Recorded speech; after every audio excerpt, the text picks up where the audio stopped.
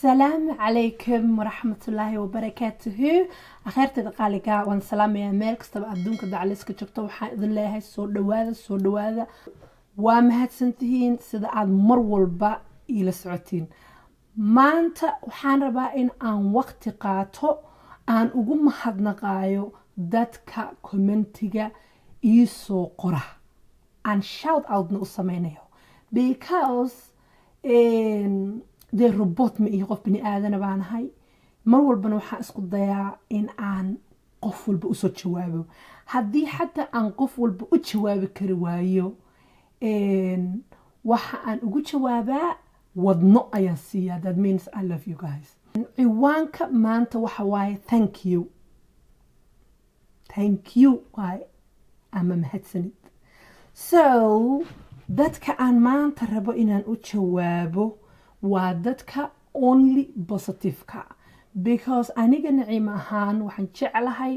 dadka positive ka because positive baan ahay laakiin waan jeclahay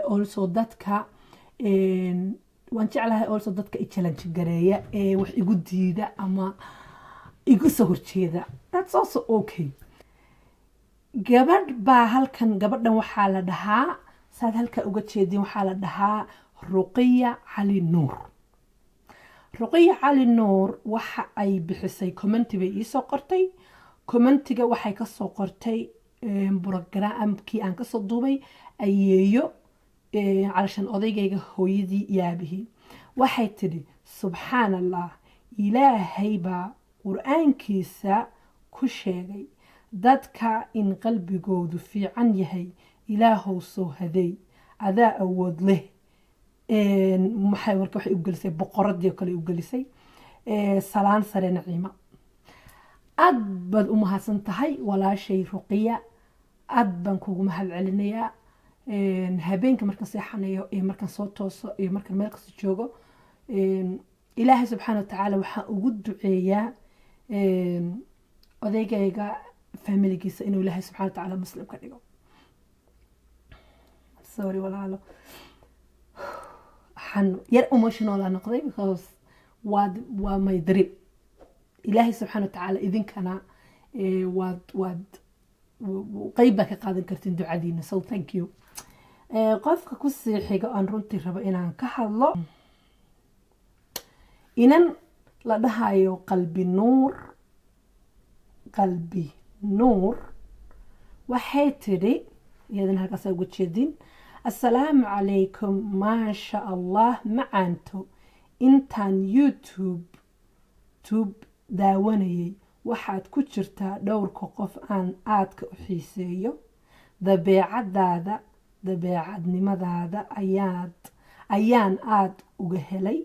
waxaadna tahay qofkii ugu horeeyey aan commenti u qoray oo youtuber ah horey u soco. guys that makes me happy. Thank you so much walaalo. Do you understand ama ma fahantay sida ay arinkaasi runtii shucuurteeda u kiciyey sababta uu kiciyeyna waxa waaye waxaad tidhi waxaad ku jirtaa dhowrka qof ee keliya aba ka mid tahay.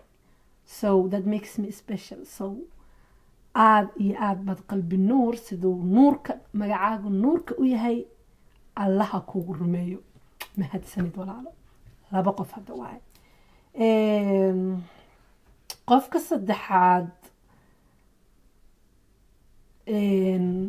saddexaad waxa waaye Queen Maryama. ilaahay xaqa iyadana wali waxay ka waramaysaa ayeeyo iyo familigan u tagnay. ilaahay xaqa ha waafajiyo alle waxaan uga baryayaa inuu ka dhigo kuwa islaamka qaata qalbigoodana jeclaysiiya diinta islaamka insha allah aamin ya rabbi. thank you so much walaalo. aad baad u mahadsan tahay walaashay Queen Maryama. maadaama dhammaantiin waa mahadsantiin maadaama aad waqtigiina sharafta badan leh ii horteen in aad commenti soo bixisiin waan idin mahad celinayaa 100% dhiirigelina way ii tahay.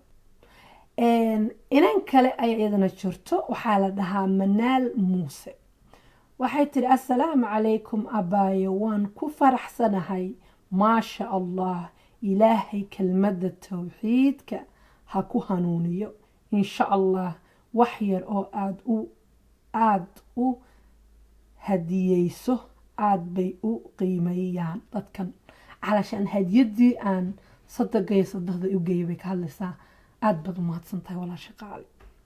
thank you and amiin ya allah waxyaabo fara badan baa lasoo qoray laakiin waxa i taabtay baan ka hadlayaa waxaan rabay inaynu positiveka keliya ka hadalno positiveka keliya inaan ka hadalno laakiin hal commenti oo runtii aan meelan u qaadan waayaan rabaa idinkuna inay la qaada dhigtaan qofkana sabuuradan soo dhigayaa magaciisa waxaa la dhahaa faa'iso mahmuud waxay tiri walaalay dhegeyso anay la hadlaysaa walaalay ninkaas indhuhu caddaadeen oo aad na hor keenaysid naga dhaaf markasta waa qof dadkiisii cudur dartiis u soo naceen what acuudu billaahi min ashaydaani rajiim waa loo jawaabahe gabadhaa u jawaabtay jawaabtii halkanaan ka akhrisanaynaa jawaabta dhan halkanaan soo dhiganaa dhegeysta faa'iso maxamuud abbaayo hadalkaaga wanaagsan sadaqa waaye iska fiirso keliya aamina bare ayaa soo qortay guys dhegeysta and then faa'iso way ku sii wada waxay tiri na adiga may sorry ifraax maxamed ayaa waxay tiri faa'iso maxamed na adiga maxaa kulayl haddaadan rabin dee u dhaaf youtube-keeda maxaad u daawanaysaa thank you so much yah iyada u jawaabay wallahi anigu ma eegin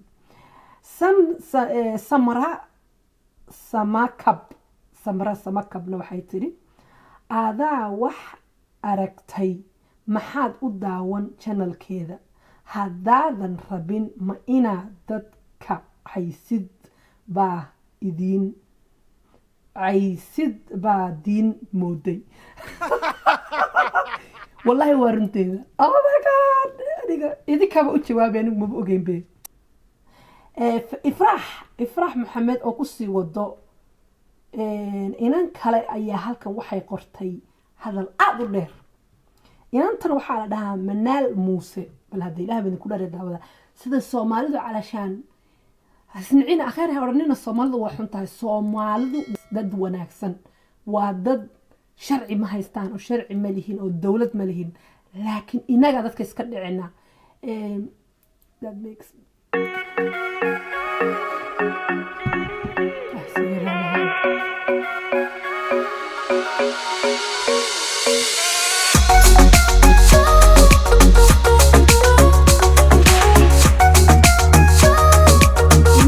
ملهن دستور iyo dawlad intaasoo sano baynu bilaa dawlad nahay laakiin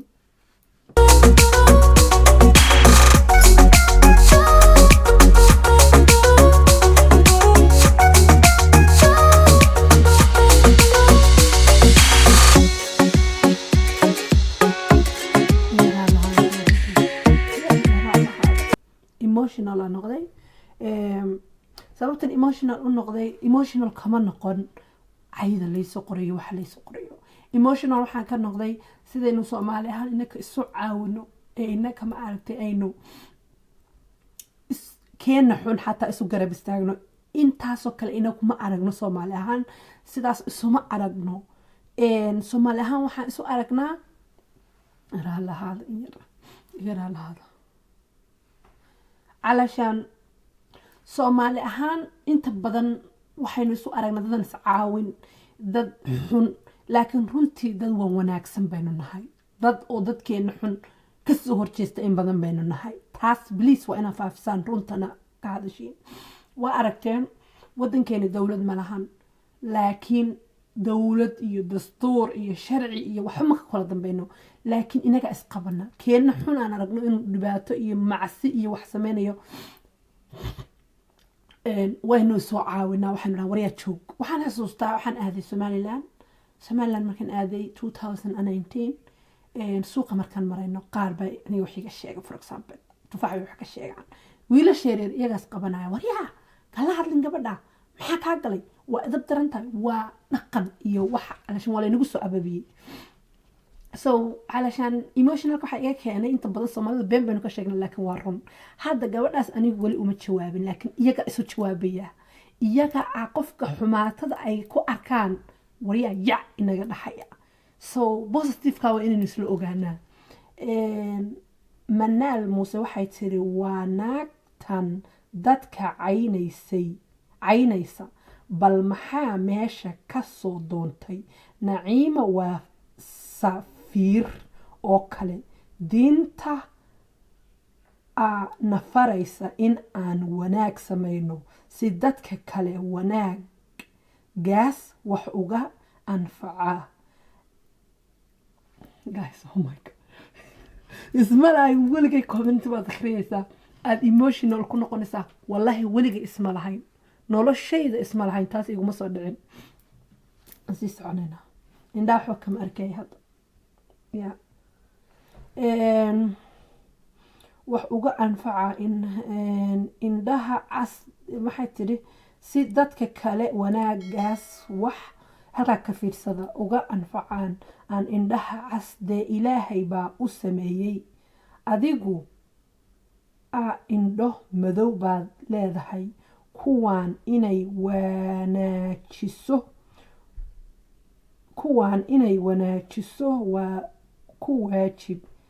xidhiidhkaada haddii ay gaalo yihiin diinteenna maysan dhihin gooya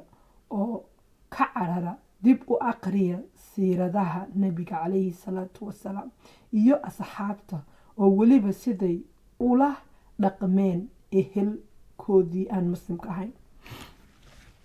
waxaa qortay manaal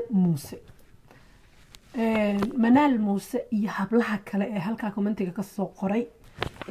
ay ka mid tahay ifraax ay ka mid tahay faa'iso ay ka mid tahay samara ay ka mid tahay amar bare dhammaantiin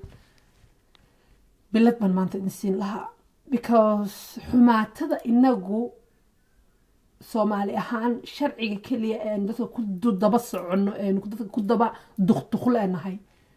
waxa waaye waynu isqabanaa so thank you for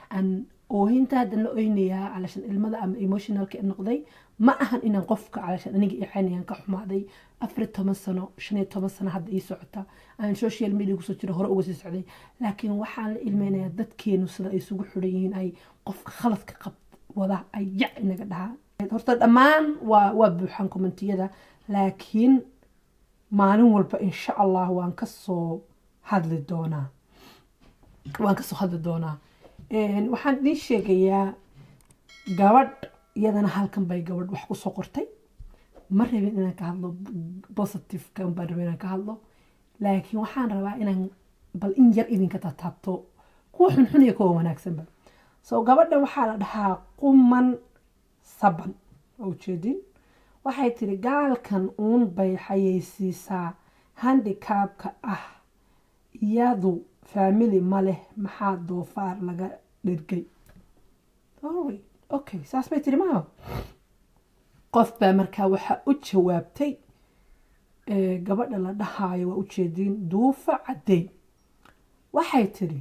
naa edeb yeelo istubudad yahay wasaqada ah ka xishood dumaashiga teeda kale maxaa kaa galay waad u jeeday in ilaah sameeyey xalaal biryaana gaal ma aha in wax kasto lagu ballaariyo maba aha ee ged loostinaya والله بالله إلا توقف قصلي يا فريد بيتي والله بالله شيس يا ويكر باش قمن صبن دنبي بنا كرغتي هورتا فيرستيفل thank you so much aan ku leeyahay because waqti baad isticmaashay oo commentiga aad ku qortay ama xumaada ama samaade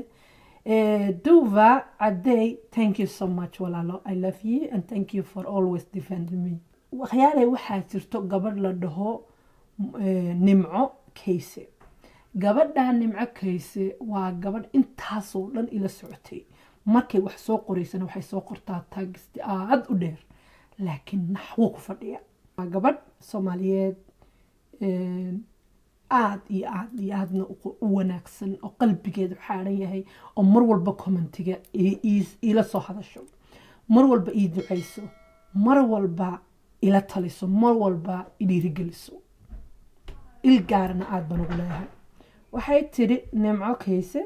assalaamu calaykum Naciimo walaalo, maasha allah tabaarakallah, waa ayeeyo wanaagsan oo wacan, adiguna dadka waaweyn aad baan uga maxay tiri dadka waaweyn aad baan uga danbeeyaa. asxaabtaydu waa wada ayeeyaal, in lasoo booqdo way wanaagsan tahay oo laga farxiyo, idinkana ilaahay hayni xiftiyo adiga iyo xaajigaaga caruurta adduunka iyo aakhiraba ba amiin amiin amiin amiin kun jeer soo qorta. Nimco Kayse, waxa aad u tahay sabab inaan maanta soo duubo. aad baad u mahadsan tahay maadaama aad sabab u ahayd inaan videoga soo duubo, ilaahayna ii suurtageliyey. aad baad u mahadsan tahay 100%. kuma soo koobi karo Nimco Kayse, halkan kuma soo koobi karo, laakiin dadkii dhiirigeliyay baa ku jirtay Farstable YouTube-ka. thank you waan ku leeyahay walaashay. waxaan kaloo ka hadlayaa Muna haddana mar labaad. assalaamu calaykum Naciimo walaal, maasha allah tabaarakallah, ayeeyada iyo awowada meel qurux badan ayay degan yihiin oo nafta u roon, waana dad aad u qalbi wanaagsan oo wacan. ilaahay idinkana gurigiina nabad ha idinku geeyo, ilaahay hayni xaftiyo adiga iyo xaajigaaga caruurtaada adduunka iyo aakhiraba ba amiin amiin amiin always amiin bay soo dhahda. thank you so much. gabadh ayaa halkan ka soo hadashay. gabadhan waxaa la dhahaa Sundus Raaqiya. okay, Sundus Raaqiya waxay tiri qamriga waan u jeednaaye, adiguna xaggaaga maad ka qarinaysay oo kamaradii baad shucaac ku furtay. علشان waxay ka wadaa videoga aan soo geliyay ee aan hadiyada u soo iibiyay odayga maxaa la dhahaa waalidka ninkayga dhalay ayay ka hadlaysay. horta walaal uma baahnid inaan ku Sundus Raaqiya inaan ku sharaxo, laakiin waan iska sharaxaya because thank you so much for taking time-ka waqti inaad qaadatay oo wixii soo qortay. hadiyada علشان aan u soo iibinay shucaac waxaan ugu furay inaan bareyska ka qariyo because way daawadaan waalidkayga ama waalidkii odaygayga waalidkiisa way daawadaan videoyadayda, mid walba way daawadaan. so markaa ma rabin qofka markaad hadiyad siinayso bareyska waa laga fajiyaa lacagta, علشان lacagta lagu soo maxaa la dhahaa lagu iibiyey waa laga fajiyaa because important ma ahan qofka inaad lacagtiisa u lacagta ogaado, laakiin important waxa weeye maadaama aad ka fikirtay inaad wax siiso. so that's why ayaan u qariyay bareyska, uma qarinin because of khamri ayaan siinay u soo iibiyey. aniguna walaalo khamrigu meel walba uu yaala adduunka lasaas u daadsan yahay, been kuma sheegayo. khamri maanta haddaan rabo waan cabbi lahaa, halkan waan la soo fadhiisan lahaa, laakiin kama helo, ma jecli. I don't like urtiisaanan jeclayn, aragiisaanan jeclayn, ma ka heli. laakiin qofkii cabo respect baan siiyaa, xuduudayda ha soo gelin un baan dhahaa. haddaba wax soo qortay message dheer bay soo qortay, waa muhiimna messajkeeda inaynu akhrino. waxay tiri walaal adigoo raali ah, horta hadday khamri gataan dee odayga iyo habartu muslim maaha oo waad ogtihiin. hadday khamri soo gataanna Naciimo uma diidi karto, laakiin adigu oh my god haddana waa ilmeyn doona waxaan u ilmeynayaa anigu meesha ma joogi laakiin qof islaama ayaa qof kala difaacayo that's waa sida islaamku waa wuxuu ina farayo inaynan dulmiga isugu sacabin dulmi meel lagu sameynay haddaa aragto ka fogow haddaa calashaan difaac oo ka hadal haddaa ka hadli kari weydo adinka ku dhirbaax haddaa ka dhirbaaxa kari weydo ka fogow ka haajir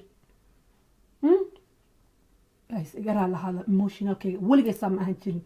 laakiin sometimes I get emotional you know this is emotional why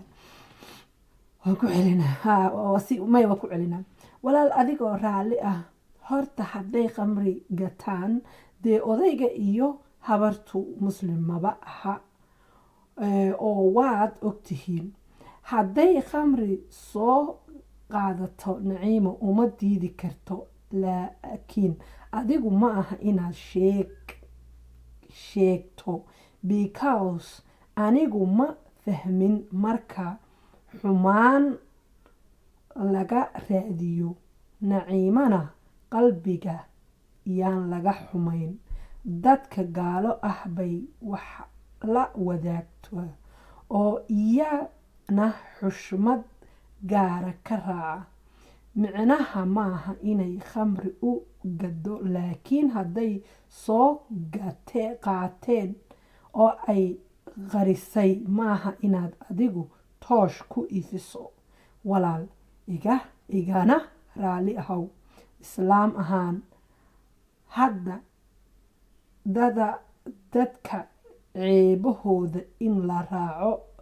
raacraaco ilaahay bay tiri iyo nabigeena calayhi salaatu wasalaam ha soo hanuuniyo maamada iyo odaygeeda laakiin waalidka gaalada ah axsaan loo sameeyo diinta islaamka ma diidin hadday diinta wax u dhimtay wataan waa sii wadaynaa baranseese sowsan baa waxay tidhi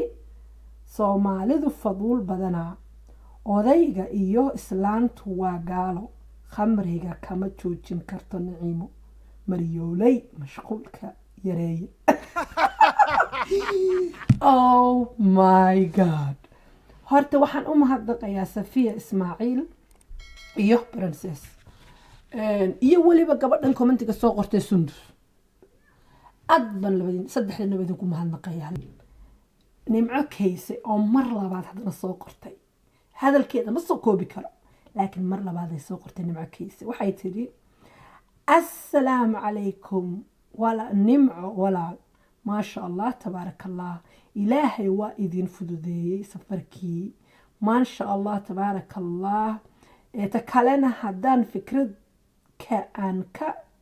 dhimto ayeeyada iyo awoowaha iyo xaajigaaga si kasta oo qof uu muslimo haddana waa waalidkii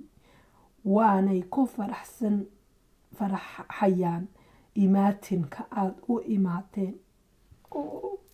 hadda waa bilaabay walaalay ma iga daysad nimco kaysa ma iga daysad heer indhaa xuma ka arkayo wallahi guys emotional ma noqotiin weligiin oh my god I get so emotional wallahi okay